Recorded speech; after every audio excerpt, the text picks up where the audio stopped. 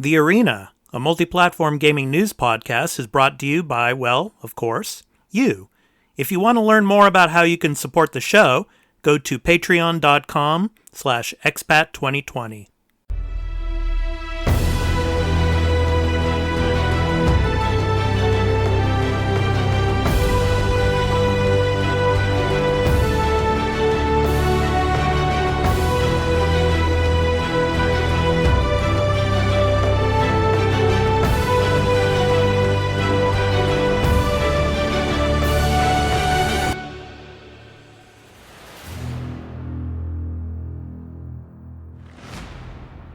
Hey everyone, welcome to The Arena, a multi-platform gaming news podcast. This is episode 42. I'm your host, Expat, along with my co-host, Burly of BurlyMenGaming, streamer extraordinaire. How you doing, Burly? Doing good. How are you? Oh, I'm doing pretty good, man. This last week was my birthday, so I got some stuff. I got a new monitor, so I was like hooking that up today. Yeah, just chilling out. So how about you? Work and stuff wise, is pretty busy this week, eh? Oh, work and everything's just been crazy, and then, like, I'm planning for Sunday my 2-year affiliate anniversary stream. So I've been, trying to get stuff ready for that while you're streaming and trying to have some free time within it. Yeah, So it's been a fun little juggling act, and happy birthday. Oh, thanks, man. Thanks, appreciate it. Yeah. So yeah, it was just a chill day. Went down to the electronics store. They had PS5s.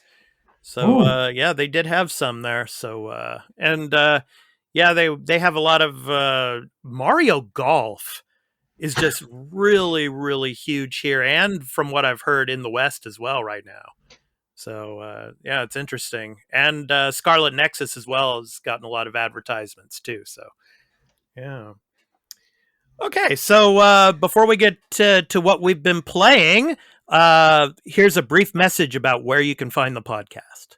Before Burly and Expat discuss what they've been playing, this episode of The Arena, a multi-platform gaming news podcast, will be going to Patreon in early access for the first 3 days after recording. So if you'd like to support the show and become a patron at the entry Tier 1 level at $1 per month, and get early access to every episode, and listen ad-free along with other perks, including exclusive post-show content, plus special bonus episodes, please visit patreon.com/expat2020 for further details. On Tuesdays each week, the podcast will be uploaded to all free podcast services, where you can find us on any podcast app for iOS or Android, Spotify, Amazon Music, and on Expat's YouTube channel, Expat2020 Gaming.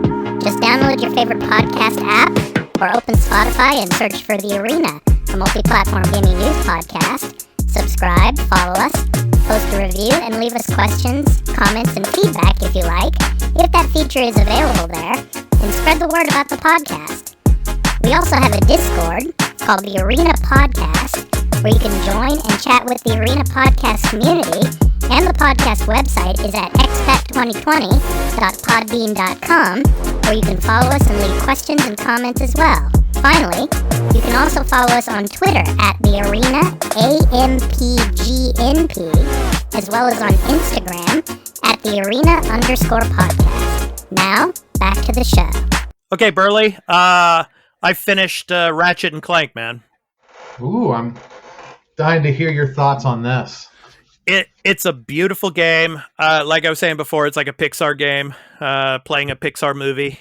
The visuals were just amazing. I would say one negative thing about it, though, for those people, especially, when you are at the beginning of a game and you see that warning about people that might possibly have seizures from like the light flashing and things like that. I mean, when you're in combat mode in Ratchet and Clank Rift Apart, man, there's lots of like, moments of like flashing and like the explosions and everything and the lights just going on and off. So for those type of people, this is probably a game you might want to stay away from. But other than that, I mean, it's a beautiful game, and most gamers, I think, will really enjoy it. I loved the meshing of the characters, old and new. Yeah, it was a wonderful game to play. It was exhilarating. Lots of fun. Sliding on those rails and everything. Scenes where you're having to do lots of jumping and dashing across walls and everything. And then of course the weapons were fun to use as well. So yeah, I really enjoyed it, man. So yeah, Oh, nice. and I'm thinking I was gonna start it last night, but because I was working on getting my monitor set up and all, didn't get a chance to start it. But Scarlet Nexus, I want to start playing that soon. So anyway, what have you been playing, Burly?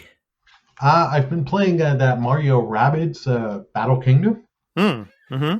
That's actually quite fun. And it is actually quite hilarious. I never got into those Rayman Rabbid games, but in this game, they use the Rabbids are freaking hilarious, especially the ones you have in your party members, and the combat is very fun because you all your characters have different abilities. You can't have, or at least at the point I'm at, you can't have everyone all out in a battle, so you got to actually strategize. Yeah, and it's a little tougher than I expected. Some of these battles I've had to go, oh crap, I've made a wrong move, and just restart battle. It's a lot of fun. How has it been upgraded since the previous Mario Rabbids? No, this is the first one. Oh, the first one. I'm sorry. Okay. The second one hasn't come out. I bought the first one. Oh, that's right. Yeah, that's right. I thought you were talking about the second one. I'm sorry. The second one's not till 2022. I think. Oh God, yeah, that's right. You got to remember our Ubisoft. Yeah. Okay. Awesome. And what are you going to play after Rabbids, Mario Rabbids? That I don't know where I'll go next. That's the thing. I got a ton of games, and it's just like, where do I go next? Yeah. All right. Well, so let's go ahead and jump into some of the news stories from this week, and here we go, Burly. Cyberpunk 2077. It's back in the news. It is back on the PlayStation Store. No, God! No, God, please, no!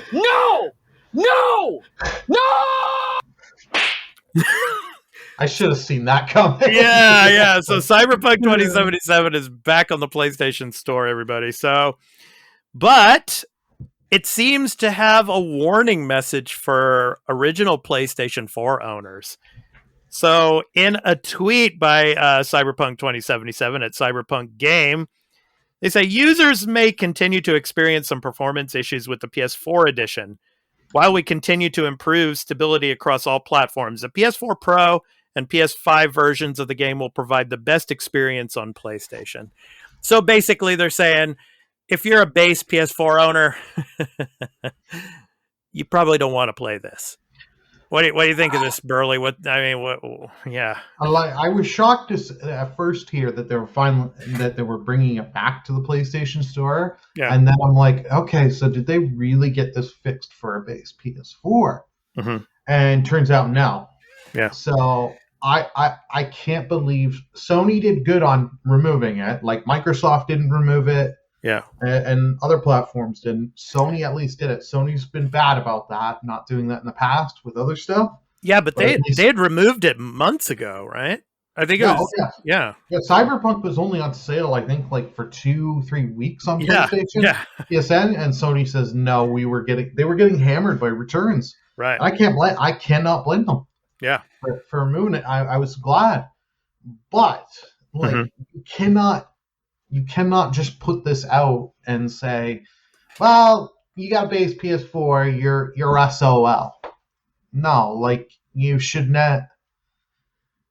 be holding CD Projekt Red or to task to say, okay, if you guys can't get this is great that you can get it working for a PS5 and a PS4 Pro optimal, but you promised us base PS4.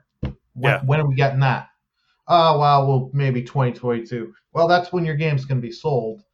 And for anyone that's realistically wanting to pick this game up for PS4, I don't think people are going to buy it from PSN because it's going to be the full price. Yeah. Whereas here in Canada, the games retail, our version of GameStop, EB Games, you Yeah. can get the game disc-based copy for half the price than what it is on the digital store. Right. And it's like, if I'm going to buy it, why would I pay full price when I pay half? Yeah. And I mean, those people with the base PS4 that don't already have it must be in a minority now. I mean, because you think a lot of the 100+ million PlayStation users that have the console, they're probably, I'd say probably more than half of them have either the PS4 Pro or the 5 now, wouldn't you say? I mean, especially the Pro. Wouldn't you say that, Burly? Yeah. I don't know if I'd agree with that because I didn't upgrade. I had the base PS4. Okay. I never upgraded because I was like, what? Because this was the generation they decided to really push. Hey, let's have these upgraded consoles, and it's like, why are you selling me another box? Yeah. Like, yeah, because I'm just thinking, why would a base PS4 player want to play this now? I mean, because it still has the issues. I mean, a PS4 Pro owner would probably, or PS4 Pro owner would probably want to play this if they haven't already bought it. But I mean, I don't know about the base PS4 people. It's just I don't think it's really worth it. Yeah, I don't think people even that have PS5 or PS4 Pro are gonna go line to get this because you're gonna be like, well, it's full price on the store. We're still waiting on confirmation on this, that, and all this other crap from the roadmap. Yeah, I haven't looked at the roadmap stuff in a while. Yeah, because I just don't care about the game anymore. Yeah. If I was someone, I'd be like, well, I've already waited this long. Yeah. Wait till all this shit's finished. Right. And by the time that's finished, they'll be on a PSN flash sale, holiday sale, or I can go grab the disc at a store. Right. And just grab it then. Then I know it'll be a little bit better. Right. And then I can see how it runs with whatever hardware I have, whether it be a base PS4, PS5, PS4 Pro. Right. Whatever. Yeah, maybe by then there'll be more patches available and it'll run better. But yeah, maybe it's probably not a good thing to buy on a base PS4. If you're a PS4 Pro owner, maybe or if you do or if you are lucky and have a PS5, maybe it might be worth picking up. Like you said, probably when the sales come out. So yeah. Okay, so our next story. So Burly, you got your Xbox Series S, right? Yes. And you got Game Pass with it? Oh yeah, I bought. I was smart and bought Game Pass. They had a little sale here. 3 months of Ultimate for $1. Awesome. So you can't beat that. And then when I bought the Series S, you got 3 months free. And then I got something else where it was supposed to give me 1 month, so 2 months it ended up giving me. So I'm good till the middle of February for Game Pass, where I don't have to pay. Yeah. Well, as you probably know, as an Xbox Game Pass Ultimate subscriber, you have access to Xbox Cloud Gaming Service. And the Xbox Cloud Gaming Service was in the news this week. It's getting a major boost. So the former design director for Google Stadia, you remember that, Burly? Google Stadia? Yeah, I remember that. Yeah. Kim Swift is going to be its senior director for cloud gaming at Xbox. She was also the lead designer on the Portal game series, and she was also with Valve, I think, as well. So she has joined the company, quote, to build a team focused on new experiences in the cloud, end quote, adding that Microsoft's goal is to create, quote, cloud native games, end quote. So this is from techradar.com. So yeah, I mean, this is really interesting because, for Ultimate subscribers last September, I think it was, they were able to get access to this. But the problem is there's really no titles that have been developed specifically with the cloud gaming in mind as of yet. So I think that's why they're bringing her in. And of course, the rumors have been going on a lot this week about Kojima and him actually signing on to make his next game Xbox exclusive. and it would supposedly work with the cloud gaming service.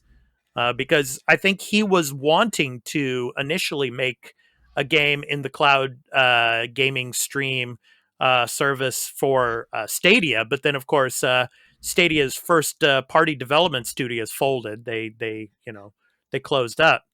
So that deal kind of was flushed down the toilet basically. So now Microsoft might be taking advantage of this, and especially with Kim Swift coming in. They might be able to make this deal become a reality in the near future. I don't know. What do you think? And what do you think of her? And what do you think of the xCloud gaming service in the near future? And seeing some games available for it. Well, she does have a good pedigree of games. I pulled up on stuff she has worked on. Mm-hmm. She did her first major one, Narbacle Drop. I've never heard of. Mm-hmm. You got Half-Life 2, Episode 1, Episode 2, Portal, both Left 4 Deads, Mm-hmm. Quantum, Quandrum, Pixel, Soulforged, and the good old Star Wars Battlefront 2 from EA. Yeah. The loot box game. Mm-hmm. I'm hopeful for this streaming xCloud gaming. Like, I think if anyone has a chance of pulling this off, this is Microsoft. Yeah. Microsoft has more resources in this. Yeah. And I have a feeling they will spend more time and effort instead of doing what Google seemed to do. Google seemed like, we want to have the buzzword, Right. but we don't want to put the effort and put the real effort into this. Right. So hopefully it'll be good. This thing, I'm curious to see where this will take off a few years. I think we all agree this is going to be a few years out before this thing hits any kind of stride where you're like actively wanting to use this. Yeah. Yeah, they're going to be also upgrading, I think, the cloud gaming servers to the latest Xbox Series X hardware. So, and the announcement came as they were discussing this. So, I mean, I think the timing is right for her to come in, to start the game development for for the cloud service and having them run on the Series X hardware servers. I think, it'll take advantage of that. So we shall see. Yeah. But what do you think about these Kojima rumors, though? Do you think this is a done deal? I mean, I'm hearing a lot of people out there talking about it, and some of the insiders are saying that all that needs to be done now is the ink needs to be put on the paper now.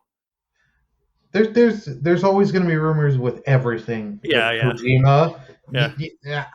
I take everything with a giant grain of salt. Yeah. I could see him maybe thinking about this. Mm-hmm. I don't think he's going to want to jump in right now. Mm-hmm. I think it's way too early. I think he'd be like, yeah, I'll keep my eye on this. I'll keep looking for this. Mm-hmm. But you never know what this man's going to do. Yeah. But it would be interesting to see him. It would be really kind of strange for him to have done his first game with Kojima Productions, Death Stranding, as a exclusive to PlayStation, and of course now it's coming to PC, some PC, but and then just jump ship and go over to Xbox, and his next game be an exclusive for Xbox. That would be pretty strange. But then again, that's Kojima. So we'll see. Yeah. Kojima is Kojima, and it's all about how much they offer him. Because I'm sure Sony offered him a pretty damn good penny. Oh yeah, I know he has a good relationship with Sony because he's worked with them for years. Yeah. But I'm sure Microsoft can write a number on a check that he's going to be like, oh, probably like 10, 20 times bigger at least. Yeah. Than what Sony can write. Yeah. So it'll be interesting. I don't think he's going to want to jump into cloud right away. because it's way too. I say that is way too early. I've got friends that are like, no, this is what I want. I don't want to download and install games. I says, yeah, I get that and all that. But I said, you realize when it's going to load up that giant world and you get any input lag, you can get pissed. Yeah. And it's like, that's too early because you got too many factors, because you got your own internet connection, server connection, the game you're loading, the device you're running it off. There's so many factors. Right. So. Yeah, we shall see. But interesting times for the xCloud gaming service. We shall see where that goes. So next up in the news for this week, Burly, a lot of people still can't get a PS5. But here in Japan, we were talking about this before we started recording. I was over at the local electronics store here where I live in Japan, and they have PS5s now. And they're starting to get more of them. But anyway, the news story was that Sony has now sold 9 million PlayStation 5 consoles, but they're still impossible to find in certain places, I don't know, man. Also, that PS5 continues to outsell the Series X and the Series S, but I don't know, man. I mean, the deal with the processors and stuff. I mean, how much longer is this going to go on? What do you think? I think this is going to go into late 2022 at the earliest. Wow. Yeah. Like, it's not just the whole semiconductors. Just getting computer parts in general has become way harder. Yeah. So I know that's not going to change for months. Like, I know the world is getting vaccinated, and I'm happy for that, but there's still going to be a while. Yeah. A while. I could see early 2022. I just wish Microsoft has done this. I don't know why Sony wouldn't. Sony should step up and do this. Microsoft's system isn't perfect, right? But they've put out a thing for, like, if you're, I forget, you have to be on, like, if you're qualified, like if you're been on Xbox Live so long and stuff like that, they reserve a certain amount of consoles for users to try and buy. Yeah. So it's like that. That's nice. Wish Sony would do something like that. Yeah, like over here, I know people that are trying to get it, and it's a pain in the ass. Yeah. Well, I'm thinking maybe by the holiday season, maybe they'll be able to, have more PS5s in stock, especially in the retail shops for the holiday season. We'll see. But some interesting figures here. Especially with the Series X. Since its launch on November 10th of 2020, they've sold 5.33 million units compared to PS5's 9 million. But the Switch, boy, oh boy. Oh, that thing. Yeah. As of June 5th, they've sold 392,790 units compared to PlayStation 5's 199,000. So yeah, Switch is still killing it, and I think that's to be expected, especially with the problems being able to get a PS5 or Series X. I think there's more Switches out there. They've had more of a stock since these problems started. So yeah. Well, Nintendo's been aggressive with it. Like, I know they're probably just keep ramping production. Yep. And the thing is, like, they have been aggressive on their marketing for, like, YouTube videos and all that. I get all the freaking time. Buy Nintendo Switch Online. Yep. And then showing you Animal Crossing, Mario Kart, and some of their other big franchises. And it's like, they're smart to do it, because when people couldn't get the Series X or Series S, or PS5, it's like, well, I can get a Switch and I can get this. I might as well just buy this, and then I can get this, and I can buy a bunch of games right now. Yeah. Like I said before, I was really lucky to was able to get a PS5 when I did. I was just lucky enough to walk into the electronics store and they had some stock. And I think that's what it's been like here in Japan. Not for Switches though, of course. Switches have been in stock everywhere. But to get a PS5 or a Series X is actually they've been in the stores a lot now. So, and I'm surprised at that because, and hats off to Phil Spencer and Xbox and Microsoft at the beginning of this generation to actually get the Xboxes out here in Japan on day one. Because last generation, it took almost a year after launch in the West before they were available in Japan. So, I mean, I think part of that 530,000 or whatever that they've sold, I mean, they've made some headway here. Not a lot, but they've made some headway out here with Xbox sales. As opposed to PlayStation. But hopefully come the holiday season, we'll see more of both, PlayStation 5s and Xbox Series X, Series S's out there in the wild that we might be able to get our hands on. So I'm hoping. I would love for the retailers to implement some kind of system of, hey, you've already ordered from here and shipped to this address a PS5 or a Series X. Mm-hmm. Stop these scalpers. Yeah. But like, they don't care. Let's be honest. As long as the units are selling and they're getting the money, they don't care. Neither does PlayStation or Microsoft, because it's right. Hey, our units are selling.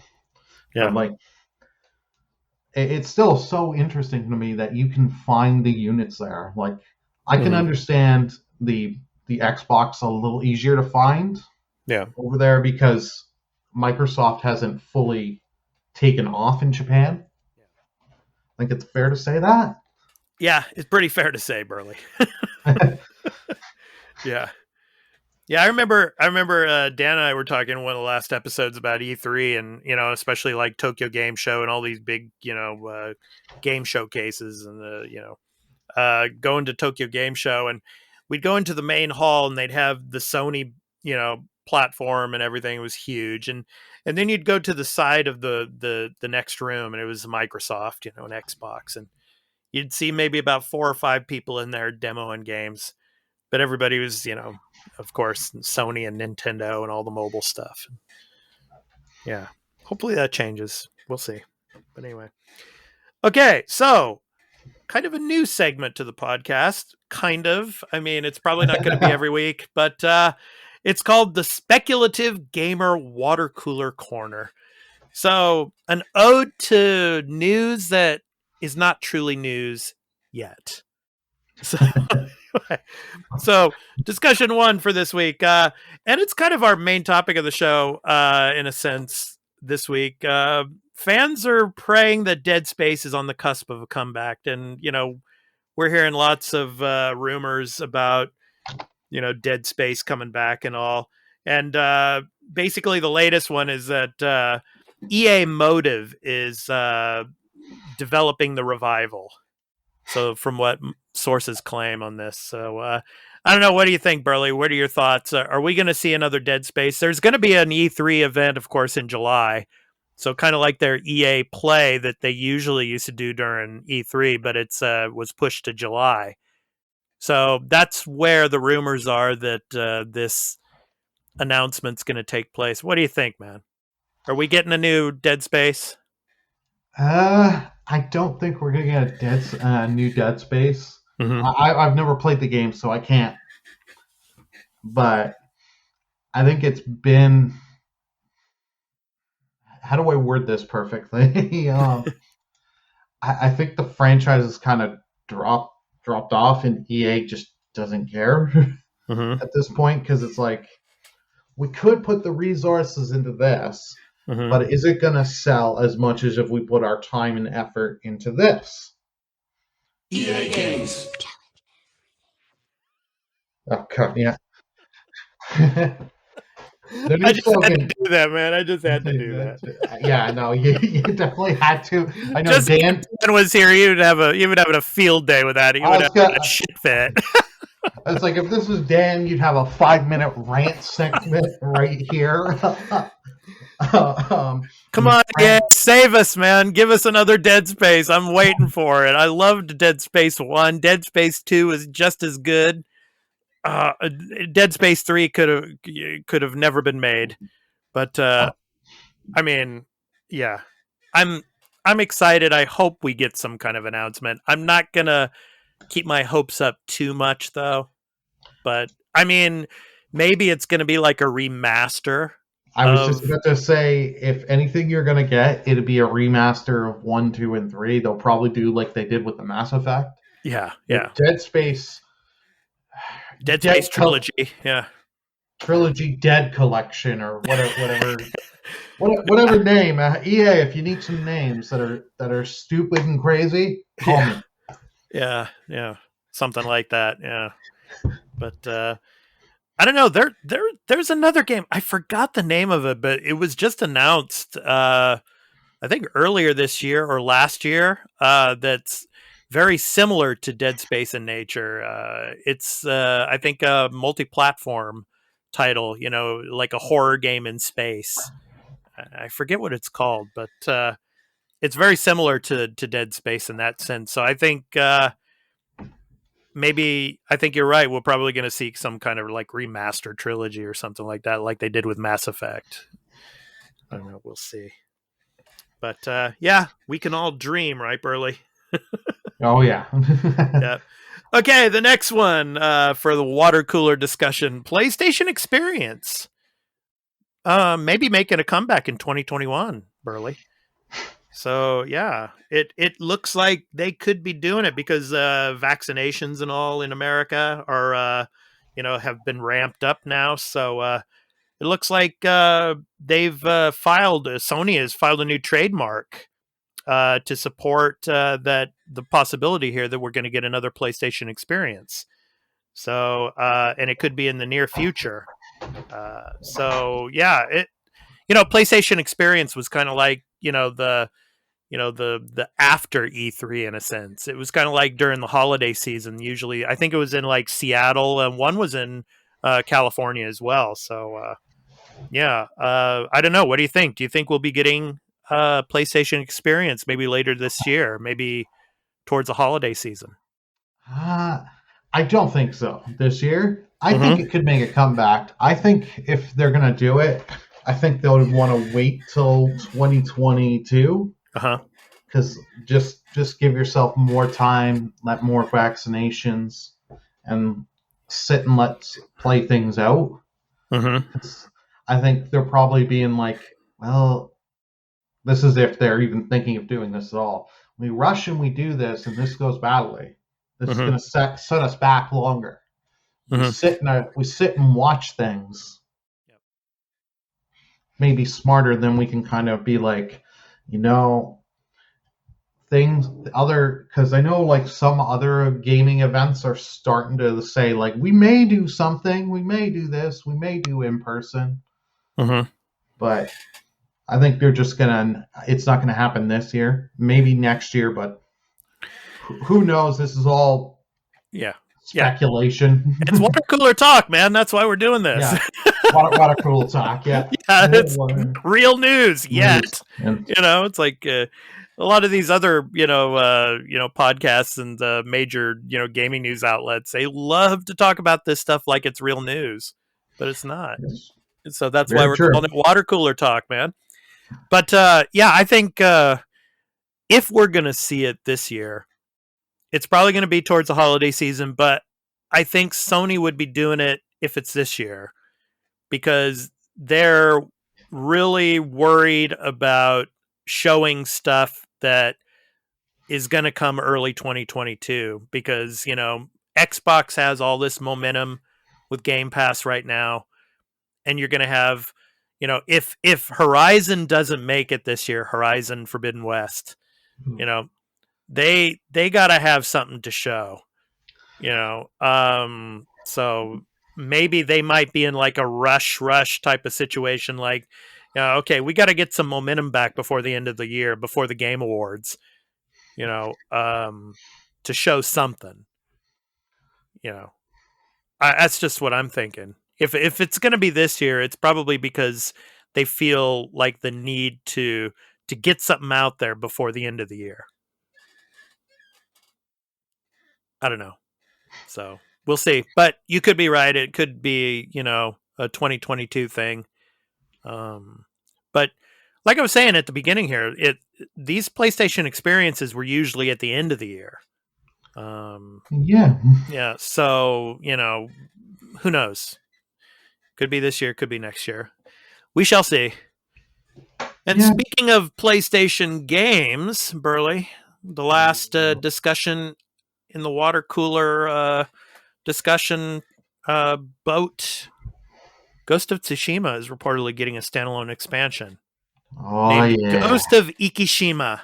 So Iki Island, Ikishima, is right off the coast of Tsushima. And of course, it was invaded by the Mongols during the Mongol invasions. And it's a smaller island. So I don't know, man. Is this happening, Burly? Are we getting this standalone expansion? I would love to see it happen. Until we get that announcement, I have to feel that this is just a rumor. Yeah. But this is something I would love to be true. Ghost of Tsushima was my game of the year last year. Yeah. I sank a lot of time into this game. Yeah. If you have a PS4, even on a base, I played the game on a base PS4 and it ran good. Wow. So, wow. I see. Pick it up. Pick it up. I played it on PS4 Pro. It was beautiful. Yeah. I mean, like I said before, and I'll say it again, it's not historically accurate, but then again, it doesn't have to be a great game. So my take on this is, if it does come out, how is it going to be different from Ghost of Tsushima? I mean, it's basically going to be the same thing. I mean, you're fighting Mongols, you're warding off attacks on Iki Island. Yeah, I don't know what would be any more special than the main game was. I don't know. What do you think? I don't think it's going to be something giant unique. Mm-hmm. In all honesty, I think it's more, hey, you know what? Why do a giant full sequel? Because I as much as I love that game, we do not need Ghost of Tsushima 2 or whatever you want to call it, right? Yeah. We don't need another game with another samurai repelling enemy force kind of thing. Giant full game. You give me a budget expansion, because like they did the multiplayer DLC. Right. I was just about to say that, yeah. Which was like, it was a surprise, and it was really well, especially for free. It was shocking. It was like, I expected this would have been a $10 add-on. No, it was for free. It was like, wow. Yeah. But I think this is more in vein of like those, what was it? The Uncharted Lost Legacy stuff, kind of like this. Right. I think they may just make this as downloadable content if you own Ghost of Tsushima. Right. You get the new island. Right. You may play as Jin Sakai again, and they give you whatever story reason you have to go over there and help them out. Yeah. They send for the ghost. The ghost needs to come and kick some ass. But if they're gonna give me a good if the writing's good and it's not a giant game, like give me a good, I don't know, 5 to 10 hour or 10 to 15 hour experience. Yeah. I'm happy. And I would be down for that. Yeah. Price it reasonably. Right. And I'm down. Like you give me for $30, you give me a 10 to 15 hour thing with a decent, a good story, good amount of stuff. Because I like doing the side content in that game. Like the side content actually did matter. Yeah. Because you got the different techniques. You increased your health, increased your stamina. Right. Or I think it was Focus. They call it Focus. That was right. Yeah. And you got all the different equipment and all that. So you give me more of that. Give me a new technique or two. Yeah. Give me some new ghost weapons. Give me kind of. I'm in, and just ways to play the different missions, because that was the nice thing is like you could play most of the missions any way you wanted. So it was like the way I play the game could be completely different of how you play it. So it gives you the replayability, because I replayed some of the missions where like, okay, I did this way. Let's try it if I do it this way. Yeah. Is this harder? This easier? Oh, wow. This is a better route to do this. Yeah. It's better to just do stealth instead of just going in there being like, I have a sword. Please fight me. Right. Yeah, I just hope they don't make it like a Miles Morales type of situation where they, even though it's kind of like an expansion in a sense, I mean, they price it at like 50, 60, what is it, $60 in the beginning for Miles Morales, right? I think it's what it was. It was 60 over here in Canada. Yeah, so I think it was around 50 in the States, maybe. Yeah. I think it was like 49 for the States, and it was like 59 here. Yeah, so hopefully they don't do that with this. If it's a reality, we'll see. But all speculation, as we said before. All water cooler talk, right, Burly? Yeah. All water cooler talk, but if you make it, please price it. You price it at like $20-$30. That's right. You will sell a ton of this, because that's right. I know a lot of people that played that game and are like, and that did all the content like me, and they're like, yeah, I kind of wish there was more, but I don't need a giant 50 to 60 hour game full of stuff. Give me a good short experience, but that wants me coming back for more.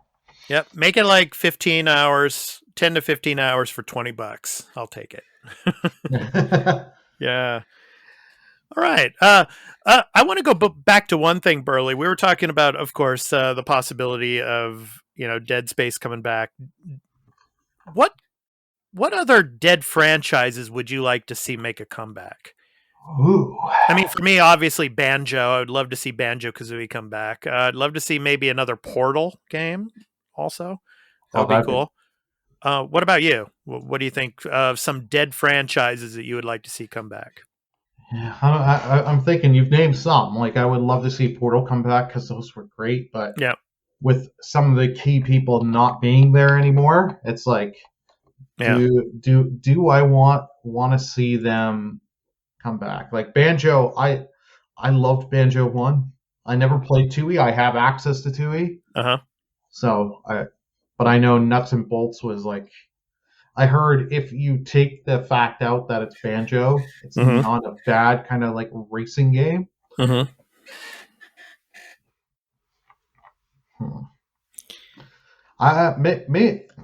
though the series has had a lot of games, give me a good old Castlevania, but the Metroidvania style. Yeah. Because those, I think, ended on the DS. The Metroidvania, I know, like, you had the Lords of Shadow games on the PS3 360. Yeah. And Bioshock 4 is in development, right? I'm pretty sure they announced that. Bioshock 4. I mean, I'd love to see Bioshock come back with another game, too. So hopefully, we'll be getting a Bioshock 4. That'd be cool as well. So, but I think Banjo is a given. I think Banjo is coming back at some point. I mean, when you have Sony bring back Crash Bandicoot, I think you gotta bring back Banjo on the Xbox side of things. Oh yeah, but we'll see it. One we were kind of teased. Back when the PS4 was, I don't know if you've ever heard of the series Time Splitters. Yeah, I know Time Splitters. Yeah. Okay. Yeah. I never played the first. I had the second and the third game. Third one not as good as the second, but the second was such a great game. Yeah. We were teased for the PS4 something that they were working on something, but we never got it. I'd love to see it come back. Yeah. I remember playing the hell out of Time Splitters 2 on the PS2 when I had the multi-tap. Yeah. And I loved making my own maps in there. And this was before Halo 3, where you had was the Forge mode of making maps. We'd make these maps, me and my friends, and just sit and play. Mm-hmm. trying to shoot the hell out of each other, being monkeys and stuff. Mm-hmm. Yeah. Yeah, I mean, there's so many franchises that are dead now that a lot of people would love to see, have comebacks for. But I mean, like we're talking about, with Dead Space. Dead Space is the biggest one that is being rumored right now. But games like Banjo and those types of games, I'd love to see those come back too. So Maybe we'll have. Well, it's not a dead franchise. Maybe we'll actually get a continuation of Half-Life's plot. yeah, We had that Alex game, which was a yeah, for the prequel. VR, yeah, And Half-Life it was Alex, yeah, that's great. Valve just loves to troll people and be like, yeah, yeah, Yeah. you're not gonna get that. right. But there's so many like Nintendo ones. Like I think F-Zero is pretty much safe to say because it's been, I think, since the GameCube that died. Mm-hmm.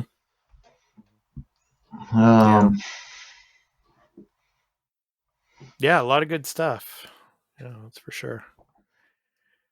Okay, Burly, let's go ahead and move on, man. Let's go to the new and upcoming video games for the week of June 28th through July 4th via Metacritic. We have 5 games on the list this week. I think last week for Dan and I, we had like 11 games. I mean, it was like right after E3, the post E3 dump. I was going to say that I remember you had quite the list last week, so I'm interested to hear. Yeah. Which 5 do we get? Well, the first one on the list comes out on July 29th for PS5, Xbox Series X, PS4, Xbox One, PC, and the Nintendo Switch, but the Nintendo Switch version will come out on July 13th. Curved Space. I don't know if you've ever heard of this game, Burly. Curved Space. Not. Yeah. So Curved Space is an intense arcade-style twin-stick shooter that takes a classic formula and plunges it into the weirdest reaches of space. Battle cosmic space-invading spiders across curved landscapes where bullets hug the terrain while the horizon drops sharply out of sight. So action shooter, so it's a twin-stick shooter. Yeah, coming out on the 29th. Yeah, I just actually took a little look at it. It kind of, from the screenshots I'm seeing on Steam's page, it kind of reminds me if you've played Ratchet and Clank Rift Apart, the glitch sections. Yep. It reminds me of kind of that. So cool. I don't know if this would be right away something I'll check out. Yeah, I love twin stick shooters. I mean, one of my favorites, of course, from the beginning of the PS4 era was Resogun. I loved Resogun. I love everything that Housemarque made during that generation for twin stick shooters. Yeah, it was a great time. Hopefully we'll get some more this generation as well. Next up on the list, Disgaea 6, Defiance of Destiny. Coming on July 29th for the Nintendo Switch. Have you played the Disgaea series, Burly? No, I haven't. Yeah. I've heard of the games, but never have had that itch that I've got to jump in. Yep. So, SRPGs are going to get a serious punch in the throat. The first new Disgaea game in 6 years is here. Meet Zed, a zombie that has risen above them all, except one, a god of destruction. Can a mere netherworld zombie rise up and destroy a god? Find out in the newest installment of the Disgaea series. Features such as super reincarnation, 3D visuals, a first for the series, and adjustable gameplay settings make this the perfect game for both new and old Disgaea fans. So it comes out on the 29th. So role-playing, strategy, turn-based, general tactics. Yeah. So next up on the list, Sky, Children of the Light. So when I saw this kind of reminded me of Journey in a sense. Just thinking about it. So it comes out on the Switch on June 29th. So welcome to the enchanting world of Sky, a beautifully animated kingdom waited to be explored by you and your loved ones.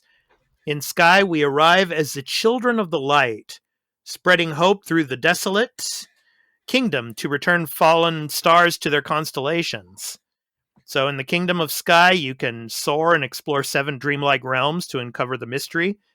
Encounter and socialize with like-minded players from around the world. Feel free to express yourself with a delightful selection of character customizations. Yeah, so action adventure comes out on the 29th. So, yeah. It's actually made by the creators from Dreams. I just took a quick look. Of Dreams. Okay. No, Journey. Sorry, I don't know why I said Journey. Okay. Yeah. Journey. Yeah, that art style. Yeah. That's why I was thinking. This reminded me so much of Journey. Yeah. I was gonna say if this wasn't made by the guy people that made Journey, they totally ripped them off. Yeah. But like you can put those two together like side by side, and people be like, Yeah. Yep. Next up on the list, Zombies Ate My Neighbors and Ghoul Patrol on June 29th. Yes, and additional platforms will be coming. So PS4, Xbox One, PC, and Nintendo Switch. So out on the 29th. Enjoy 16-bit console gaming with the cult classic Zombies Ate My Neighbors and its sequel, Ghoul Patrol.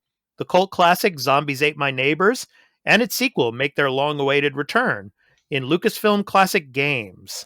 Zombies Ate My Neighbors and Ghoul Patrol play these classics from the golden age of 16-bit gaming with new enhancements and never-before-seen museum features.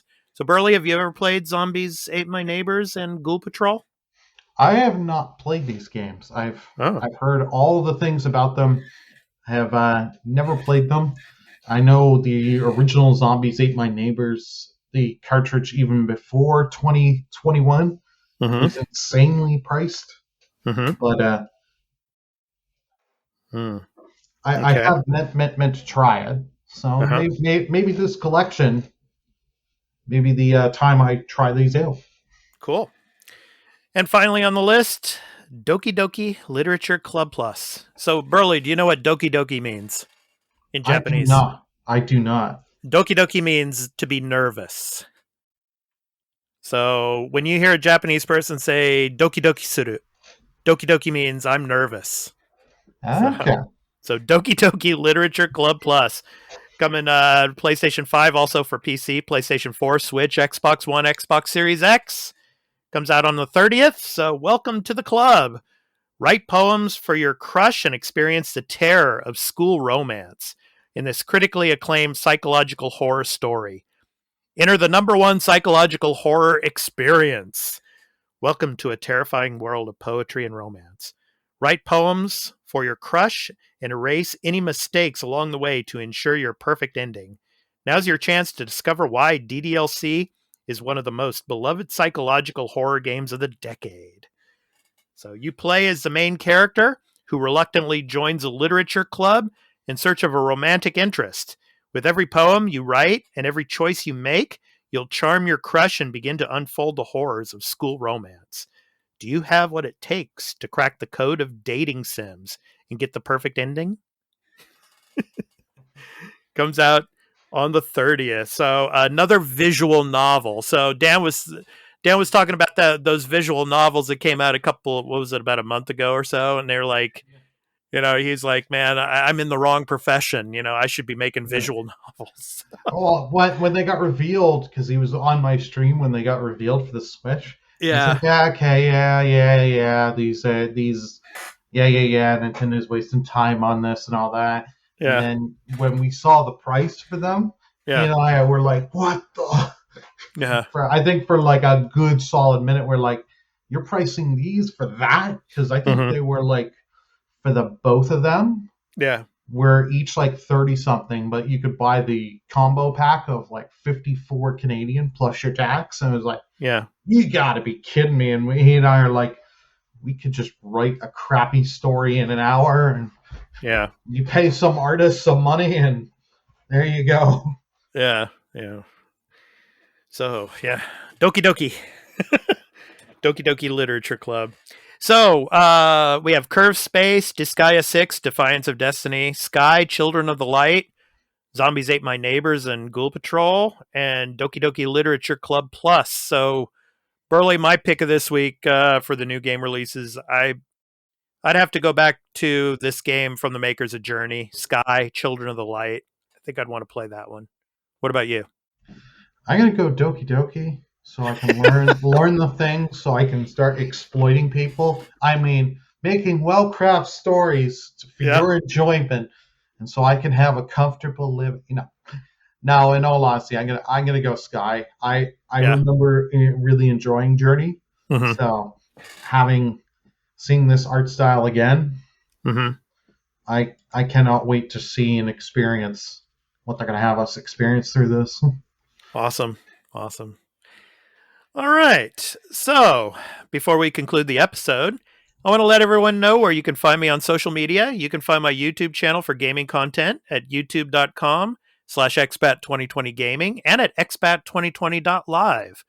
My other social media links to Twitter, Instagram, the Arena Podcast Discord server, and the podcast website are at Linktree. That's linktr.ee/Expat2020. And I'm also a live streamer and a Twitch affiliate on twitch.tv/Expat2020. And I do occasional gaming and special event live streams for the podcast, as well as a supplement to the show called The Arena, a multi-platform gaming news week in review live stream. And I want to apologize. I haven't been doing that recently because I've been really busy, and doing the E3 stuff. But I'm going to be getting back to that soon. Hopefully next week, I'm going to be getting back to that. And finally, we now have a special bonus series, which is a part of the podcast called The Arena Extra Take, that focuses on spoiler and spoiler-free gaming reviews, gaming industry-related discussions and interviews with special guests that goes up on Patreon exclusively for patrons at patreon.com/Expat2020. And Burly was on the first episode with me. We did a spoiler-free discussion of Ratchet & Clank Rift Apart, and our second episode is also up on Patreon exclusively for patrons, and it's a discussion with Dan and Burly and I about the state of E3. So go check that out. Please visit the site for further details. So that does it for me. What about you, Burly? Where can people find you on social media, man? You can find me on Twitter at BurlyMenGaming. You can also find me at twitch.tv/BurlyMenGaming. Awesome. And go ahead and plug your affiliate stream again. Yeah, you're going to be doing your 2-year affiliate stream, right? Yeah, for all you patrons, you'll get to hear this before the regulars. Sunday, June 27th at 10 a.m. Eastern Standard Time, I will be doing my 2-year affiliate anniversary stream. Awesome. So I'll be streaming the Simpsons Hit and Run. And awesome. If you know anything of my channel, you'll have seen some Simpson alerts, so it kind of makes sense to finally stream one of those Simpsons games. Yeah. And I will have a giveaway going. So awesome. If you're a follower, you can enter. So cool. Yeah. Awesome. Yeah, I'm going to check that out if I get a chance, Burly. I'm looking forward to watching that. So yeah, it's going to be cool stuff. So thank you for that. Thank you so much. For me, I'm probably going to be playing, I don't know about streaming, but I'm going to be definitely playing some Scarlet Nexus. And I've really got to get back to Assassin's Creed Valhalla and finish up the Wrath of the Druids DLC before the France DLC comes out. So I want to get that done. I think you got tons of time before the France one actually comes out. So yeah. But, I mean, I'm looking forward to next month though, because the Ascent, that's a big game that's coming to Game Pass day one. I'm really looking forward to that. It's called The Ascent. So pick that up, Burly, when it comes out. It comes out in July, so we'll be talking about that more here on the podcast, though. Well, if it comes to Game Pass day one, I'll be trying it. There you go, man. There you go. That's what I'll be doing as well. All right. So to end the show, our indie recording artist spotlight.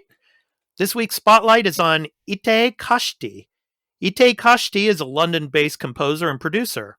His beginnings in the indie pop rock scene are distinct qualities that are reflected in his current work.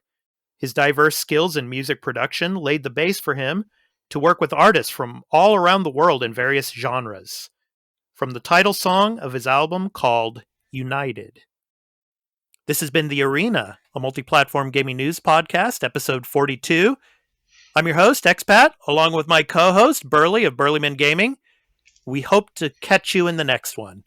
So take care, everyone. Peace out.